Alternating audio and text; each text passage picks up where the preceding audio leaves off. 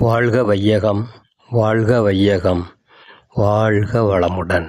இன்று குருவின் தொடர்பு, அதை பற்றி சாமிஜி கூறிய ஒரு கவிதையை நாம் சிந்தனைக்கு எடுத்துக்கொள்வோம். கவியை முதல்ல சொல்லியிருந்தேன். உய்யும் வகை தேடி உள்ளம் உருகி நின்றேன், உயர் ஞான தீட்சையால் உள்ளொடுங்கி மெய்யுணர்வு என்ற பெரும் பதம் அடைந்தேன். மேல்நிலையில் மனம் நிலைத்து நிற்க நிற்க ஐயுணரும் ஒன்றாகி அறிவறிந்தேன். ஆசை என்ற வேகம் ஆராய்ச்சி ஆச்சு. செய் தொழில்களில் கடமை உணர்வு பெற்றேன். சிந்தனையில் ஆழ்ந்து பல விளக்கம் கண்டேன். இந்த கவியில் மகரிஷி என்ன சொல்கிறாங்கன்னா, துன்பத்தில் ஆழ்ந்து கொண்டிருக்கின்ற மனிதன் நினைக்கிறான், என்ன துன்பத்திலிருந்து விடுபட ஏதாவது வழி இருக்குதா? உய்யும் வகை அப்படின்னா என்னென்னா, உய்தெல்லாம் விடுவித்தல். அதாவது துன்பத்திலிருந்து நம்ம விடுபட வேண்டும். விடுதலை, உய்தல் என்றால் விடுதலை, அதில் விடுபடுதல் எப்படினாலும் வச்சுக்கலாம். அவன் எப்படி துன்பத்திலிருந்து விடுபட என்று மனம் உள்ள உருகி வேண்டணுமா. கடவுளே துன்பத்தில் என்னை காப்பாற்றுன்னு மேலோட்டமாக நினைக்காம ஆழ்ந்து மனம் உருகி வேண்ட வேண்டும். அந்த பாட்டில் சொல்லுவார்ல, தேவாரத்தில் வரும், காதலாகி கசிந்து கண்ணீர் மல்கி அப்படிங்கிற பாருங்க. அதான் உள்ளம் உருகி வேண்டுதல். அப்படி வரும்பொழுது குருவோட துணை கிடைக்கிது. அவர் என்ன கொடுக்குறார் நமக்கு? ஒரு உயர்ந்த தீட்சையை கொடுக்குறாங்க, ஞான தீட்சை. அது கிடைச்ச உடனே என் மனம் என்ன செய்யுதுங்க?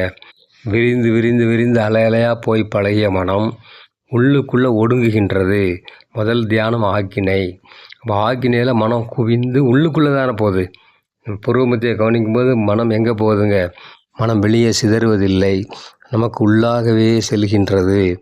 அதான் மகரிஷி சொல்கிறாங்க, உயர் ஞான தீட்சையினால் மனம் உள்ளொடுங்கி. அப்படி தியானம் பண்ணப்பட்டு என்ன ஆகுதுன்னா, இறை உணர்வே பெறலாம் அப்படிங்கிறாரு. மெய்யுணர்வு என்ற பெரும் பதம் அடைந்தேன். அந்த நிலையில் இருக்கும்போது என்ன கிடைக்குது? அடிக்கடி இறை உணர்வோடு இருக்க இருக்க இருக்க இந்த புலன்களால் பெற்ற அனுபவங்கள் இருக்குது பாருங்கள், 5 புலன்களை இயக்கி பெற்ற உணர்வுகள், அதெல்லாம் ஒன்றாக மாறி அறிவு என்ற நிலையை நாம் அறிகின்றோம். அந்த 5க்கும் மேலானது எதுங்கிறத தெரிஞ்சுக்கிறோம். அப்படி வரும்போது என்ன ஆகுது? தேவையில்லாத ஆசைகள் குறைந்து விடும் அப்படிங்கிறாங்க. ஆசை என்ற வேகம் ஆராய்ச்சி ஆச்சு. அப்போ ஆசையாக மனம் விரியவில்லை என்றால் அது எங்கே போகும்? அந்த காந்த சக்தி ஆராய்ச்சி என்ற மனநிலைக்கு போகும். ஆராய்ச்சிங்கிற ஒரு மனசு வந்தால், ஒரு அறிவு வந்தாலே மனிதன் வாழ்க்கையில் மிகச் சிறப்பாக உயர்ந்த நிலையை அடைய முடியும். ஏன்னா ஒவ்வொரு விஷயத்தையும் அவன் சிந்தித்து சிந்தித்து செயல்படுத்துவான். அதுதான் ஆராய்ச்சி என்பது தேவை. இப்போ எப்படி வாழ்ந்துட்டுருக்குறாங்க? நிறைய பேர் மனம் போன போக்கில் வாழ்ந்துட்டுருக்குறாங்க.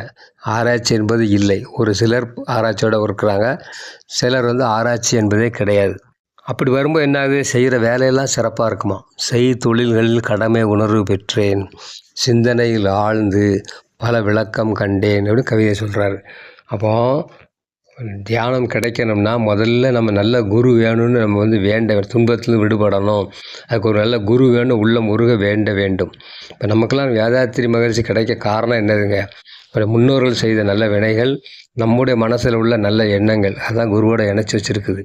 ஏன்னா அவர் கொடுத்த பயிற்சியை, நாம் குருவின் மூலம் கிடைத்த பயிற்சியை நாள்தோறும் தவறாமல் பயின்று துன்பத்திலிருந்து விடுபடுவோம், வாழ்க்கையில் வெற்றி பெறுவோம் என்று கூறி, நான் நல்ல வாய்ப்பினை எனக்கு நல்கிய அனைத்து அன்பு உள்ளங்களுக்கும் என்னை மனமார்ந்த நன்றியும் வாழ்த்துக்களும். இதை கேட்டுக்கொண்டிருக்கும் உங்கள் அனைவருக்கும் வாழ்த்துக்கள். வாழ்க வளமுடன், வாழ்க வளமுடன்.